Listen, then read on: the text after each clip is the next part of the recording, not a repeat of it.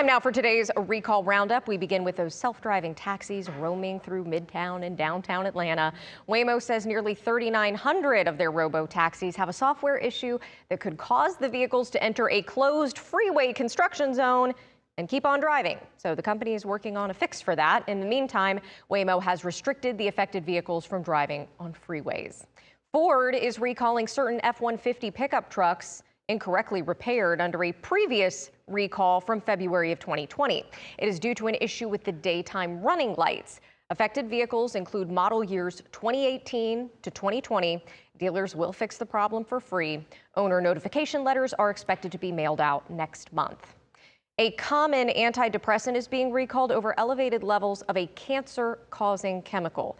The affected pills are Breckenridge Pharmaceuticals 30 and 60 milligram duloxetine delayed release capsules. The brand name is Cymbalta. These pills have expiration dates from November of 2026 through May of 2027. Now, don't stop taking these without talking to your doctor first.